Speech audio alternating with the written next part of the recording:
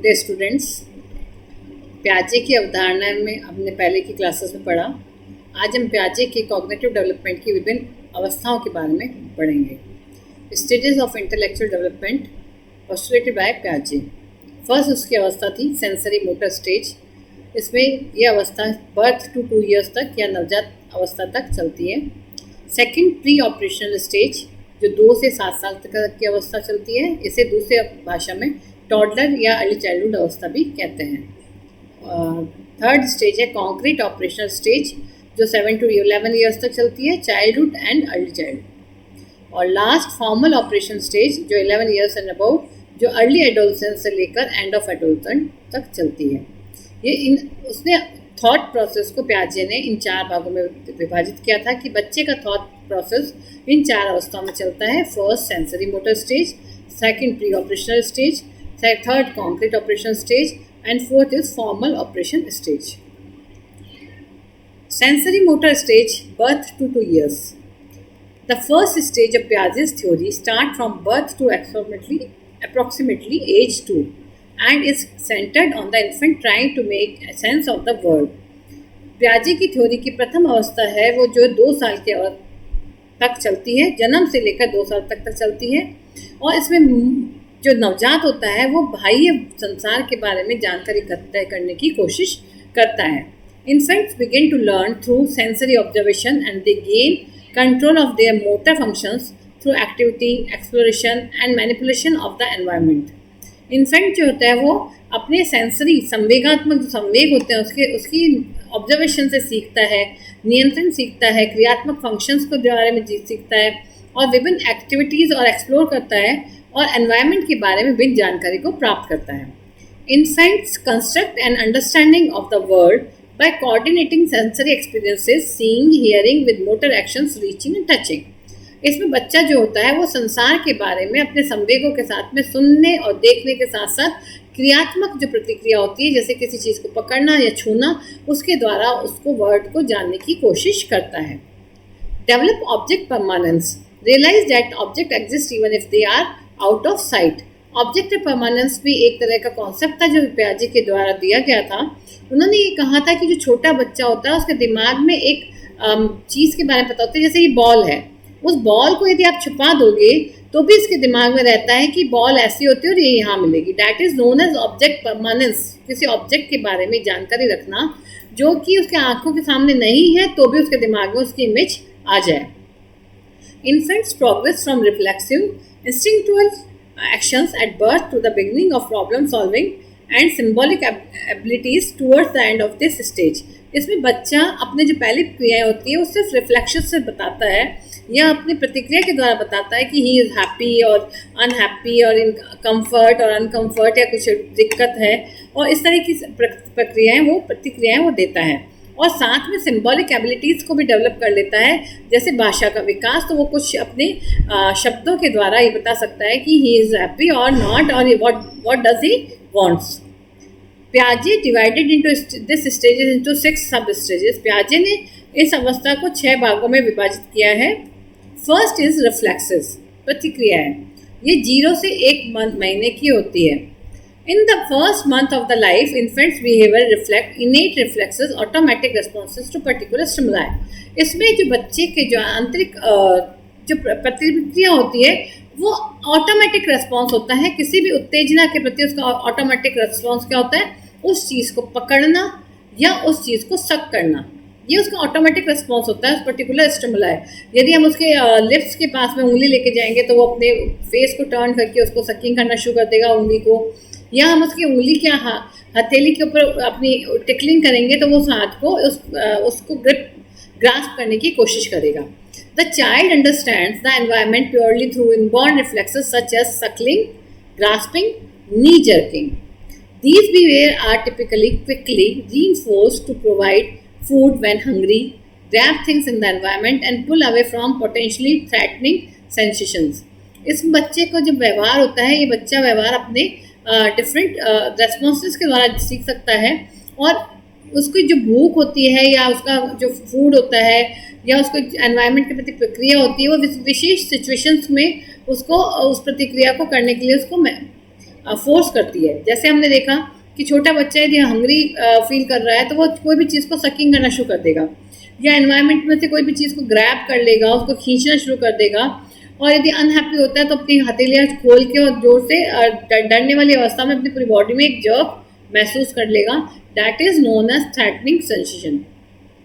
If you put a nipple or pacifier in or near a newborn's mouth, she will automatically suck on it. जैसे मैंने अभी बताया कि आप उसके माउथ के आसपास में, लिप्स के आसपास अपनी उंगली ले जाओगे, निप्पल ले जाओगे या कुछ और चीज़ ले जाओगे तो बच्चा उस तरफ मूव करके उस चीज़ को ऑटोमेटिकली सकिंग करना शुरू कर देता है। If you put something against the palm of a newborn's hand, his fingers will automatically close around it. वही मैंने जैसे बताया, उसकी हथेली के ऊपर यदि आप अपनी उंगली ले जाके टकलिंग करेंगे तो वो उस पाम से उसको वो अपने फिंगर्स से उसको पकड़ने की कोशिश करेगा। Many of these inborn reflexes are designed to keep the infant alive. ये रिफ्लेक्सेस जो है वो जिंदा रहने के लिए, दिखाने के लिए बहुत जरूरी है। The infant soon begin to modify some reflexes to better accommodate to the environment. बाद में वो अपने इन रिफ्लेक्सेस को मॉडिफाई कर लेता है, एनवायरनमेंट के अकॉर्डिंग एकोमोडेट कर लेता है। जैसे by learning to distinguish between a nipple and the surrounding areas of a breast और बॉटल। अब उसको ये समझ में आने लग जाता है कि ब्रेस्ट की सकिंग करनी है कि उंगली की सकिंग करनी है कि निप्पल की करनी है। Now they can accommodate, they can easily identify कि जो मिल्क देने वाले सब्सटेंसेस है उनको कैसे सक करना है और नॉन मिल्क वाले कौन से होते हैं। तो ये इसने एसिमुलेशन और अकोमोडेशन के साथ ना अडेप्ट कर लेते हैं कि हमें किसको सक करना है। And other reflexes such as the tendency to grab on to something place in the hand fade away over time. और थोड़े दिनों बाद में जैसे हम कहते हैं बच्चे ने हाथ पकड़ लिया, तो बच्चे को पकड़ना तो आता है, ग्रास्प करना तो आता है, लेकिन उसको वापस खोलना नहीं आता है। और ये समय के साथ साथ उनकी ग्रास्पिंग की प्रतिक्रिया भी कम होती जाती है। सेकेंड है प्राइमरी सर्कुलर रिएक्शन। ये होती है 1 से 4 महीने तक। It involves coordinating sensation and new schemas.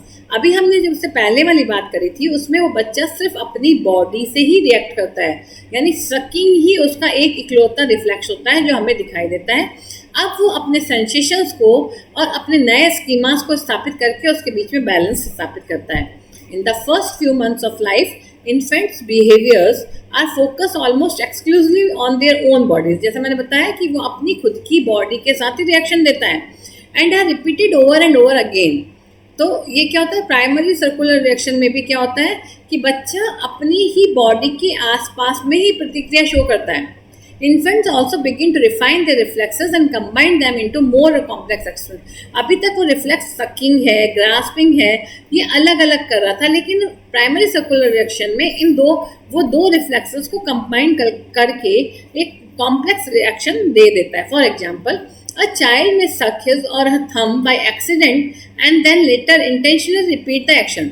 हो सकता है कि बच्चा गलती से अंगूठे को सक कर लेता है, लेकिन थोड़े दिनों बाद में या थोड़े टाइम बाद उसको रिपीट करके वो इंटेंशनली अंगूठा मुंह में डालेगा, उसको सकिंग करेगा। These actions are repeated because the infant finds them pleasurable.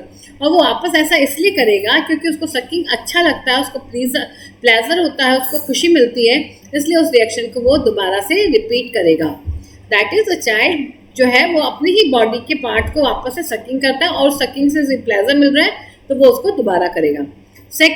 Third इसका पार्ट है सेकेंडरी सर्कुलर रिएक्शन, तो 4 से 8 महीने तक होती है। In this stage the child become more aware of and more responsive to the outside world. First stage और second stage जो थी उसमें बच्चा अपनी ही बॉडी के साथ में रिएक्शन करता है। थर्ड में अब आउटसाइड वर्ल्ड के साथ में वो रिएक्शन करना शुरू कर देता है। In this stage the child become more aware of and more responsive to the outside world. अब बच्चा बाहरी वातावरण के प्रति बहुत ज़्यादा रेस्पॉन्स देना शुरू कर देता है और देयर बिहेवियर बिकम सेकेंडरी और and they began to notice that their behaviours can have interesting effect on an object around them. और उन्हें समझ में आने लग जाता है कि हमारा बिहेवियर जो है वो ऑब्जेक्ट को कैसे प्रभावित करता है और उसका क्या प्रभाव पड़ता है उसके ऊपर। जैसे स्माइल करेंगे तो सामने वाला हमें हग कर लेता है, तो उसको ये पता होता है कि मेरे रिएक्शन के सामने वाले के ऊपर कुछ प्रभाव पड़ रहा है। The child becomes more focused on the word and begin to intentionally repeat an action in order to trigger a response in the environment. बच्चे को ये पता चल जाता है कि मेरा एक्शन जो है वो बाहरी एनवायरनमेंट को कैसे प्रभावित कर रहा है, तो वो जानकर इंटेंशनली उस एक्शन को रिपीट करता है। For example, a child will purposefully pick up a toy in order to put it in his or her mouth. अब बच्चा जो है वो किसी खिलौने को पर्पसफुली पिक करता है सक करने के लिए। इससे पहले हमने पढ़ा था कि वो एक्सीडेंटली अपने थंब को सक करना शुरू करता है।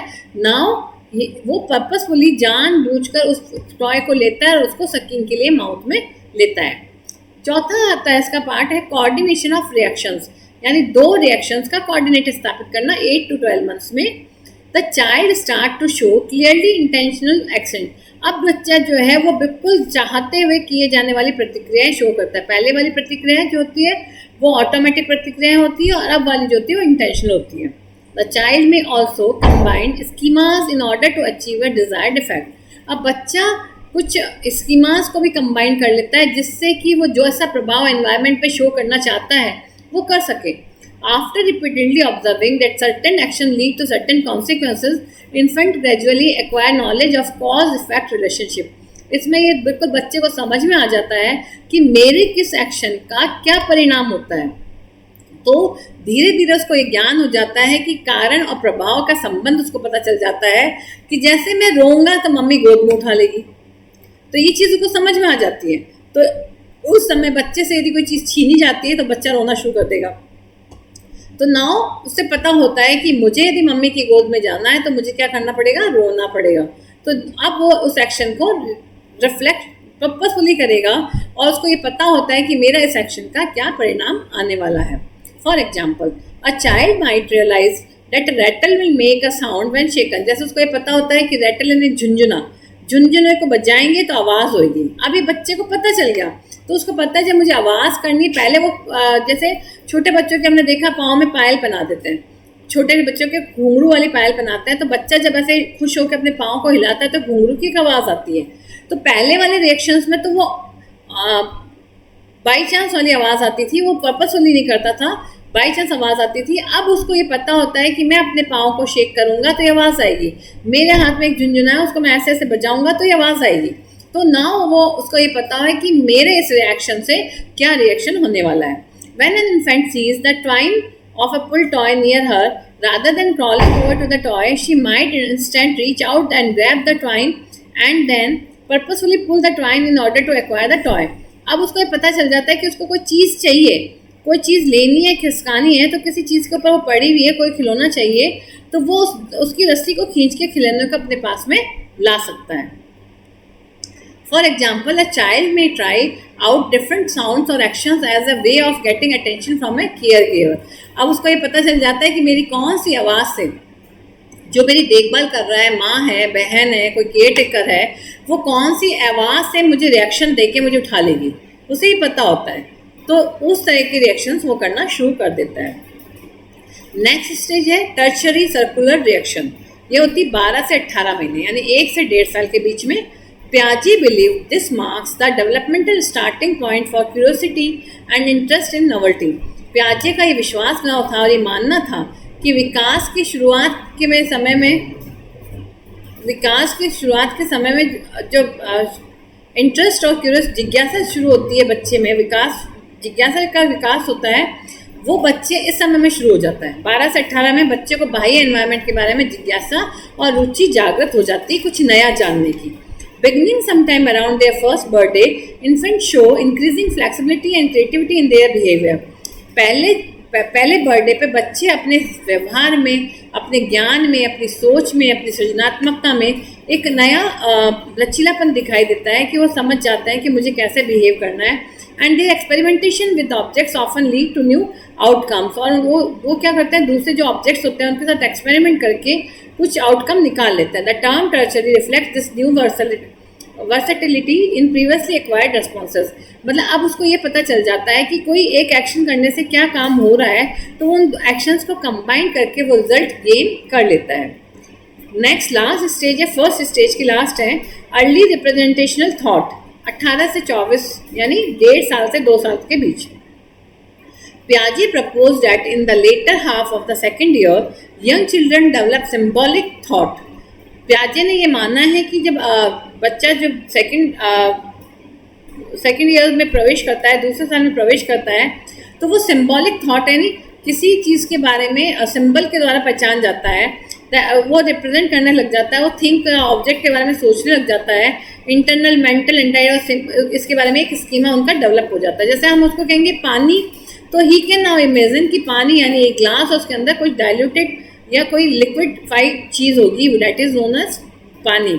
तो उसको ये पता चल जाता है, मेंटल उसको पता चल जाता है। जैसे उसको हम कहेंगे कि लो पानी पी लो, तो वो अपना मुंह खोलेगा कि मुझे पानी पीने के लिए मुंह खोलना पड़ेगा। तो इस तरीके से ये मेंटल एंटाइटीज को वो करना शुरू कर देता है। और सिंबल उसको पता होता है, रोटी ये होगी, बिस्किट ये होगा, इस तरह की चीज़ें वो जानना शुरू कर देता है। ये थी फर्स्ट स्टेज की 6 सब स्टेजेस। सेकेंड स्टेज आता है, फर्स्ट स्टेज के आगे, they may experiment with objects in their minds, first predicting what will happen if they do something in an object, then transforming their plans into actions. उन्हें अब ये समझ में आने लग जाता है, वो दिमागी तौर पे सोचना शुरू कर देते हैं कि मैं ये करूँगा तो इस ऑब्जेक्ट का क्या होगा। To some degree mental prediction and planning replace over trial and error as growing toddlers experiment and attempt to solve problems. पहले वो एक्सीडेंटली उस चीज़ को गेन करते थे, अब उनको पता होता है, वो ट्रायल एंड एरर से नहीं सीखते हैं।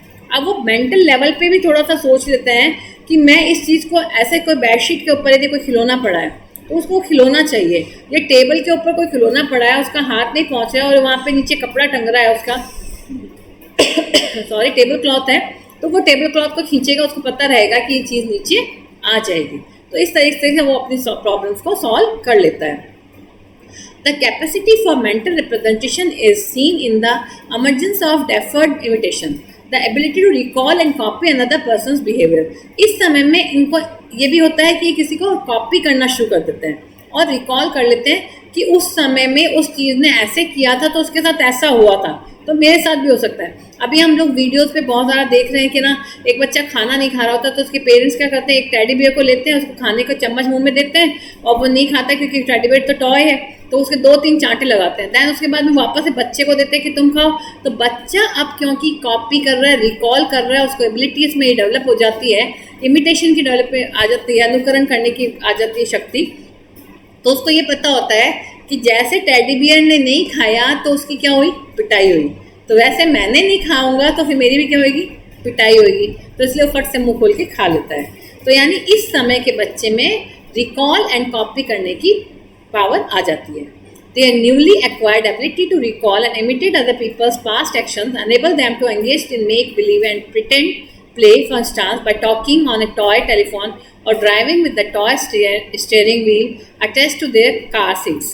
अब इसको हम ऐसे देख सकते हैं कि बच्चा एनवायरनमेंट में देख कर खेलने की चीज़ रिकॉल कर लेता है। जैसे पापा कार चलाते हैं तो उसको इस तरह से ड्राइव करता है, तो वो खिलौने वाला भी उसके हाथ में कोई व्हील यदि आता है तो उसको ऐसे ही वो ड्राइव करेगा जैसे कि कार चल रही हो।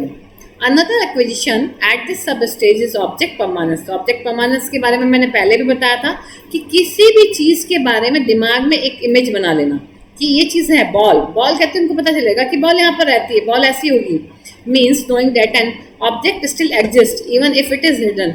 यदि हमने बॉल, इससे छोटा बच्चा होता है उसके सामने यदि बॉल ले जाके हम छुपा देते हैं तो वो सोचता बॉल गई, लेकिन अब जैसा आपको याद भी होगा कि छोटे बच्चे के सामने खेलता है, ये गया, ये चिड़िया ले गई, तो बच्चा मान लेता है कि हाँ वो चिड़िया ले गई। लेकिन इस स्टेज के बच्चे को ये पता होता है कि चिड़िया लेके नहीं गई है, इन्होंने कहीं छुपा लिया है। तो ये जो होती है, ये कहलाती है object permanence. According to Piaget, object permanence is a child's awareness or understanding that objects continue to exist even though they cannot be seen or heard. Object permanence का इससे अच्छा एग्जाम्पल और कुछ नहीं हो सकता है कि वो जो चिड़िया ले गई वाली जो चीज़ थी वो तब तक तो ऑब्जेक्ट परमानेंस नहीं होती है। उसके बाद आप उसको बताओ कि ये कह के चिड़िया ले गई तो कह देगा कोई चिड़िया उड़िया नहीं ले गई, आपके पीछे पड़ी हुई है, आपने नीचे छुपा दिया, आपने आगे रख दिया, आपने पीछे रख दी। For example, when a caregiver hides an attractive toy beneath a pillow, यदि कोई केयर टेकर किसी खिलौने को तकिए के नीचे छुपा देती है तो इन्फेंट को ये पता होता है कि वो खिलौना गायब नहीं हो गया, अभी कहाँ है, वो तकिए के नीचे है। Also know ways and will attempt to retrieve it, और उसको वापस ढूंढने की कोशिश भी करेगा। और इससे पहले वाली अवस्था में बच्चे को जब दिखाई नहीं देता था तो वो सोचता था वो चीज़ गायब हो गई। ये थी प्याजे के कॉग्निटिव डेवलपमेंट की प्रथम अवस्था की 6 सब स्टेजेस।